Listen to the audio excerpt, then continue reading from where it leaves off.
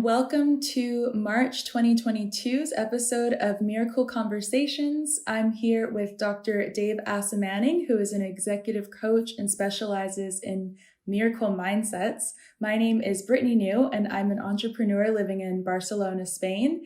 And this is just a show where we talk about the topic of miracle mindsets. And normally we talk about it in the context of a lesson from the book, A Course in Miracles. But today we are going to be talking about just part of the text from the book, not a lesson in particular. This year we have a theme, which is on the topic of love. And for today's conversation, we are going to be focusing on love in the context of fear and atonement. So I'm really excited to dive into that. But first, Dave, why don't you tell us a little bit more about what you do? Well, thank you, Brittany, for that intro. It's good to be with you again for our March show. And I live in Florida, and I'm an executive coach at Brittany, as you mentioned, and I specialize in supporting CEOs, executives, entrepreneurs, and other leaders to develop miracle mindsets, also, as you mentioned, Brittany. So from my perspective, miracle mindset is really something I'm really quite passionate about, because miracle mindsets lead to improved effectiveness, ease, and fulfillment in the professional and personal lives of the leaders I work with. So also, as you mentioned, Brittany, our theme for this year is love in ACIM, love in A Course in Miracles. We have lesson 50 as our anchor lesson. In other words, I make mention of that on this show every month, and then also in some of the mastermind groups that I run that follow the same passages. So that lesson, lesson 50, our anchor lesson for the year, says, I am sustained by the love of God. And then here's a paraphrase of a sentence in the middle of the lesson, which I really like a lot. It goes like this, the paraphrase. It goes, through the love of God within me, I can resolve all seeming difficulties without effort and ensure confidence.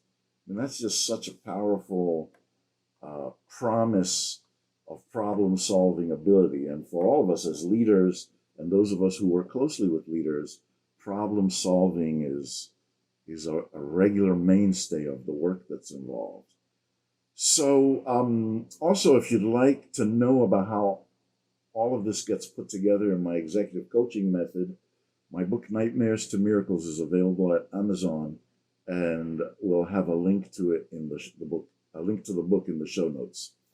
All right, so we're about to jump into the actual passage for today. But before we do, let me just check with you, Brittany, to see if there's anything else you want to say. No, thank you for that, for giving me that moment, but I'm good. I'm ready to learn about atonement and the relationship between love and fear. Should I go ahead and read Well, no, it's a whole it's paragraphs. There's no lesson to read. Well, but if you're comfortable doing it and you have it in front of you, you could start us off with the first paragraph. Okay, wonderful. So this is from chapter 2 in A Course in Miracles, titled The Separation and the Atonement. And this is on the topic of fear and conflict here. So the first paragraph says, it is possible to reach a state in which you bring your mind under my guidance without conscious effort. But this implies a willingness that you have not developed as yet. Then it goes on, the Holy Spirit cannot ask more than you are willing to do. The strength to do comes from your undivided decision. There is no strain in doing God's will as soon as you recognize that it is also your own. And then it summarizes here, the lesson here is quite simple, but particularly apt to be overlooked. I will therefore repeat it, urging you to listen. Only your mind can produce fear. It does so whenever it is conflicted in what it wants, producing inevitable strain because wanting and doing are discordant. This can be corrected only by accepting a unified goal. So that was the first paragraph there. Full of wisdom. Thank you so much for that. It's always such an amazing experience to hear these words read in the voices of different ones when we're participating. So, and we don't usually read as much as this, but It's a relatively short set of passages, and I just loved listening to you read for us. So, a couple of things I want to point out right away. So, for a lot of us who are students, long-term students of the course, we sort of take it for granted that Jesus is the person teaching here. And this is one of the passages where this comes across really quite clearly. And I'm sort of chuckling internally because Jesus is a little bit insistent here, right? He says in the first appearance of his actual voice, he says, "It is possible to reach a state in which you bring your mind under my guidance without conscious effort," right? So that's Jesus sort of talking about his guidance there. And then in sentence 6, he says, "I will therefore repeat it, urging you to listen." So Jesus is like, he's got a serious tone here. And he's not usually like this in the course, right? He's kind of very laid back and do it if you want, don't do it if you don't want, sort of like that. But more often, just a little bit towards, don't waste time, get going with this. It'll save you time suffering. So here he notches it up just a little bit, and I thought I would point that out. So the other big thing here, which speaks to why we focus so much on miracle mindsets, is because Jesus is talking about the fact that it's our own minds that produce the fear, right? This is a big point Jesus is making in this first paragraph. And Jesus wants us to join him in the steps to correct this, right? It says only your mind can produce fear. And then it does so whenever it is conflicted in what it wants. In other words, between what the ego wants and what spirit wants for us, right? So the only way to resolve this, the conflict that leads to fear, is to lean in more closely to the divine, get unseparated, so that we have a unified goal. Now, I'll read this next section, which gives us the steps to correcting fear. Right, and maybe you and I Brittany will have some more discussion about this after I've read this. So here we go. The first corrective step in undoing the error is to know first that the conflict is an expression of fear. Say to yourself that you must somehow have chosen not to love, or the fear could not have arisen. Then the whole process of correction becomes nothing more than a series of pragmatic steps in the larger process of accepting the atonement as the remedy. I'll say a little bit more about atonement in just a moment, but I just want to finish this section of instructions here. So the steps to correct the error that's leading to fear, these are the steps. Know first that this is fear. So just acknowledging that I'm in a fear state. Fear arises from lack of love. The only remedy for lack of love is perfect love. Perfect love is the atonement. Okay, so there's a little bit to unpack here. I'll do that quickly and then see if you have any comments or thoughts, questions on your end, Brittany. So let's see. So again, it's about being mindful, right? Jesus is coaching us here to be mindful of the fact that we just want to really accept that we're in a fearful state, if we are in one. And then pivot right from there to copying to the fact that we are also in an unloving state, right? Which is usually the result of having disconnected from divine love, right? So it's kind of code for being separated. It's like having a bad phone connection or a bad Wi-Fi connection. It stutters, it gets fragmented, it's not smooth, it's not consistent. And so fear is the result of lack of love, which is usually based on some kind of disconnect from the divine. And then the only way to fix it is to reconnect with the divine, to reconnect with the source of love.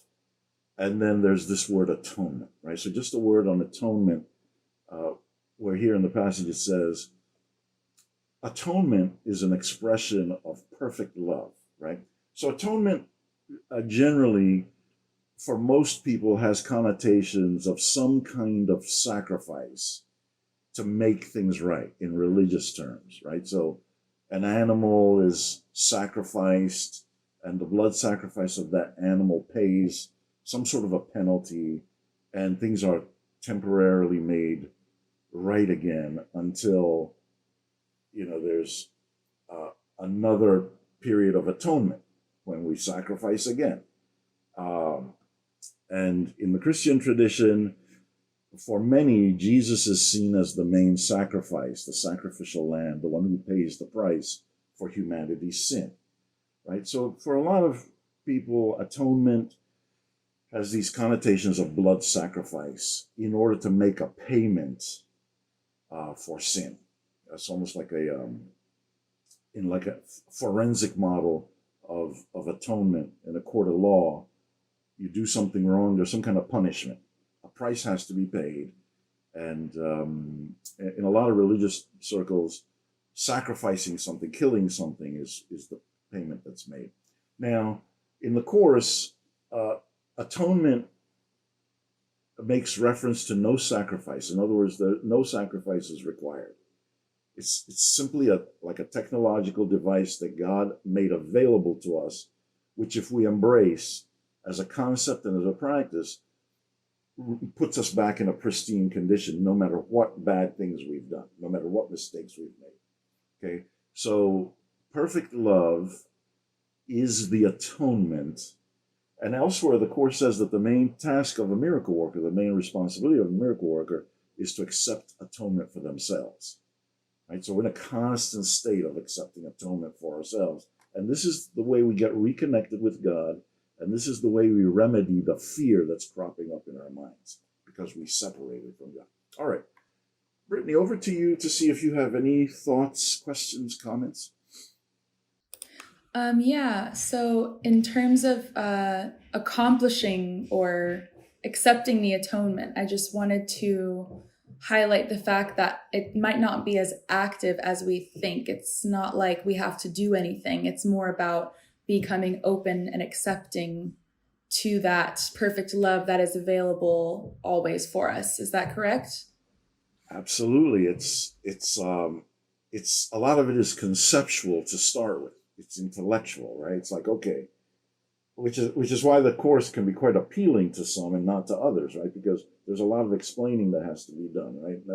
We're talking about these concepts. There's 1,000 pages of this theory, and I say that not to either intimidate people or to use it as some kind of spectacle. I'm just emphasizing that it's intricate, it's nuanced, it's detailed, and it's really the conceptual acceptance of this that gets the process started for most people, right? Which is that God loves us. God wants to restore us constantly to a pristine state, no matter what deviations we make based on separating out, and that there's no price to pay, there's no punishment, there's no sacrifice, no blood sacrifice especially. Absolutely right. Okay, so maybe I can try to make an analogy to try to put all of this into practice. So, how can love be the opposite of fear? So, let's say that someone is afraid that, they've just been diagnosed with an illness and they're afraid that they're not going to recover, that they're going to die. They're having all these fears.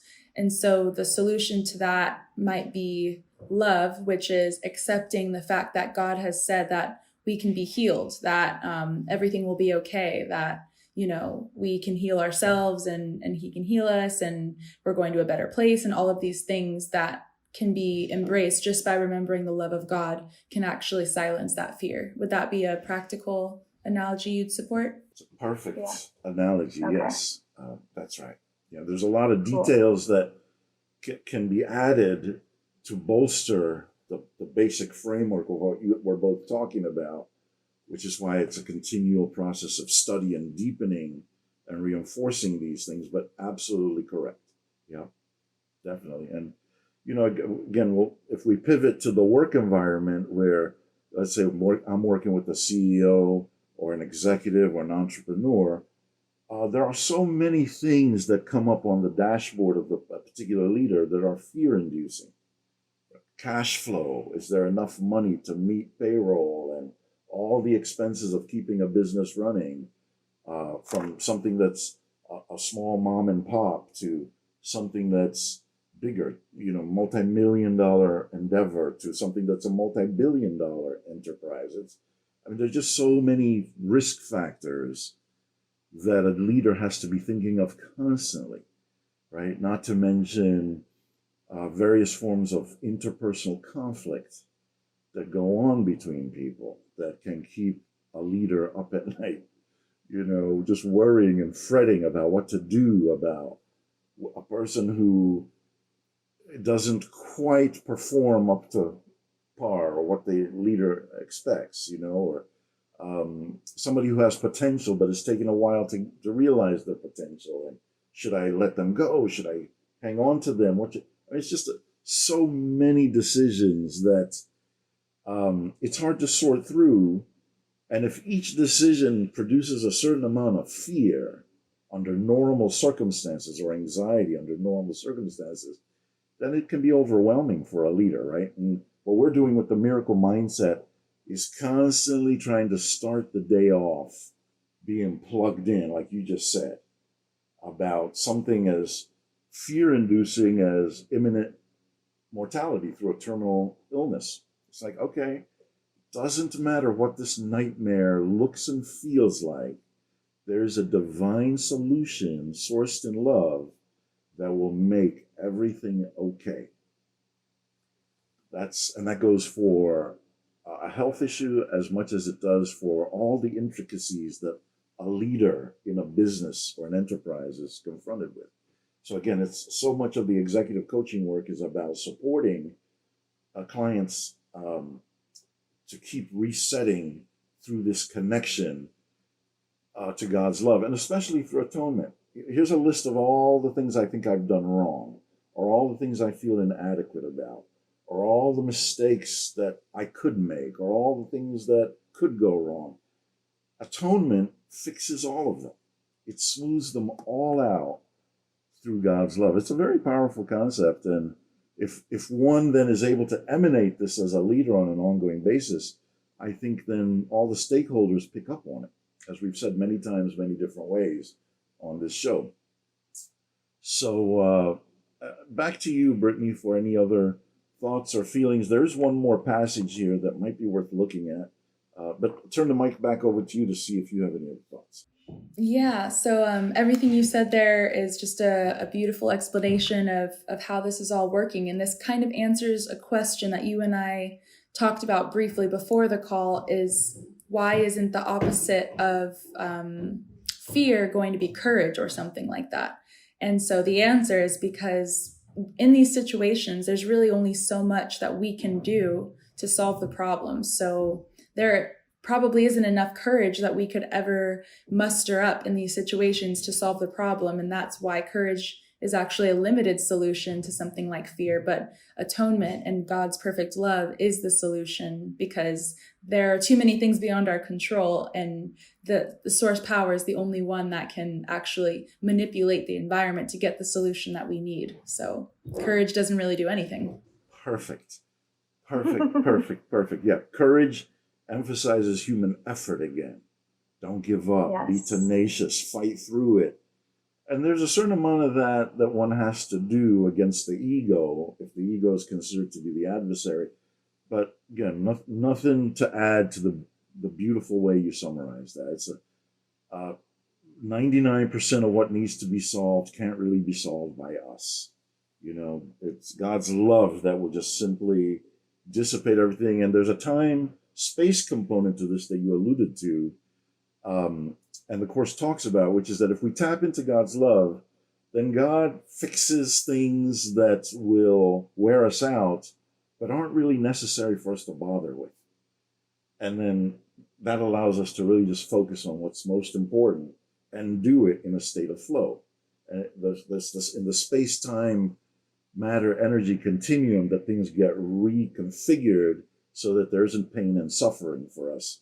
And you touched on that beautifully also. I don't know if you want to recap what you shared with me before the call in this regard about the possible noise factor. There is some noise going on, but it's nowhere near as bad as it was earlier. So anyway, before the call, I mentioned to Dave that I woke up this morning to construction going on in the apartment just next door, and I was just hoping and praying that it would not be happening while we did the recording. And they went and took a long break just before we started, but it sounds like they've come back and they've done some different activities that don't involve drilling just behind this wall. So it is much better than it was, and I thanks Source for that. I asked and he delivered. Yeah, and I was so grateful that did you did that in our mini prep session before the call. We don't really prep too much. A lot of this is unscripted. We just sort of like jazz musicians lay down the basic form of the song. We're going to play it together, and then we improvise within it. But that was a very specific thing in which you connected with Source for help. And just such a beautiful illustration of what we've been talking about. It's very simple, ultimately, to do once it appeals to one, and once we see the incredible return on investment with that. But there could be a lot of objections to it along the way. So there's this. Thank you so much for all of that, Brittany. So there is this one last passage. Let me see if it adds anything to what we've been saying. I'm sure I know it adds a ton, but I'm just saying to kind of the flow we've been having today. So, here's one thing. Okay, so right off the bat, it goes, I have emphasized that the miracle or the expression of atonement is always a sign of respect from the worthy to the worthy. So right away, Jesus is, again, out front and direct here with his own voice, right? I have emphasized. So again, for a lot of us, this is Jesus being emphatic about the connection of miracle to atonement. And that here he's going a step further and saying the miracle, which is an expression of atonement, is a sign of respect from the worthy to the worthy, right? So it's essentially something that God is releasing into our lives, the miracle, and then we're sharing with other people. And that it's all about a chain of worthiness. Or from another perspective, it's about mitigating or undoing or neutralizing, canceling out tendencies towards unworthiness, right? The recognition of this worth is reestablished by the atonement. It is obvious then that when you are afraid, you have placed yourself in a position where you need atonement. You have done something loveless, having chosen without love. This is precisely the situation for which the atonement was offered. The need for the remedy inspired its establishment. As long as you recognize only the need for the remedy, you will remain fearful. However, as soon as you accept the remedy, you have abolished the fear. This is how true healing occurs. Again, back to what you were sharing with us about terminal illness or catastrophic illness. It's like, okay, if we can embrace atonement, something will happen that's miraculous. Either we get restored to health, or if we are indeed transitioning, it's miraculous. Either way, it will bring more love and more peace and more light with it. All right, so we have worked our way through the relevant passages. Brittany, anything else for you before we start to wind down today? No, I just wanted to reiterate in the last few passages here that it does bring detail to the fact that this is something passive that you don't really have to do, you just have to accept. And this does tie into a lot of the Christian ideology of accepting, being born again and accepting of, the blessing that God can grace upon you. So it's kind of this, like, you don't really have to do anything. You just kind of have to accept God's love. And that is a really relieving thing to believe, because again, there's only so much that we can do as humans. We're pretty much always doing our best. So the idea that we can just tap into a higher power is a big relief for a lot of people. I love it. I love that you've gotten a strong grasp on this concept. It fits in with this idea of nightmares to miracles, right? Because the nightmare concept is about waking up. That's the process of embracing divine love. So we wake up from a terrifying state that we live in constantly until we wake up. So again, it's interesting. It's almost paradoxical. It's passive in the sense that we don't want to do anything within the nightmare per se. The goal is not to hold on to the nightmare and make it a more comfortable nightmare. The goal is to wake up from the nightmare.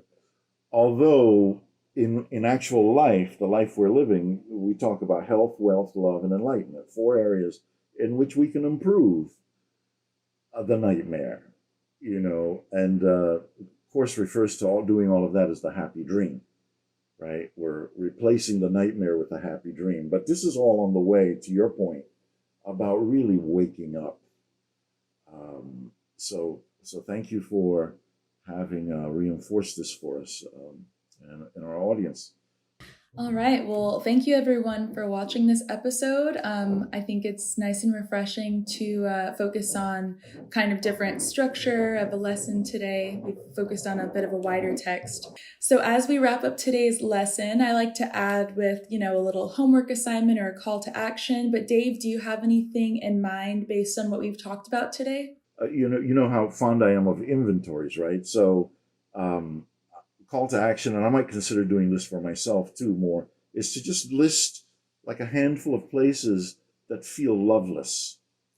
Like either I'm resistant to expressing love to somebody, or I feel somebody is withholding love from me in some shape or form, and to then very intentionally surrender to what you've been encouraging us to do, which is accept God's love, accept atonement for these sort of pain points of love withheld. Okay, I think that's a wonderful activity. Thank you for that, Dave. We should all make that inventory list today and see how we can accept some of God's perfect love into those areas of our life. Well, thank you for suggesting it. I know you always do this at the end, so I'm happy to always rely on you for it. But I figured after you prompted us, I figured, why not? Just give it a shot and see. Okay, well, thanks for watching, and we will see you in our next episode in April of 2022. Thank you so much, Brittany. Looking forward to being with you again in April. And bye, everyone. Thank you for joining us. Bye.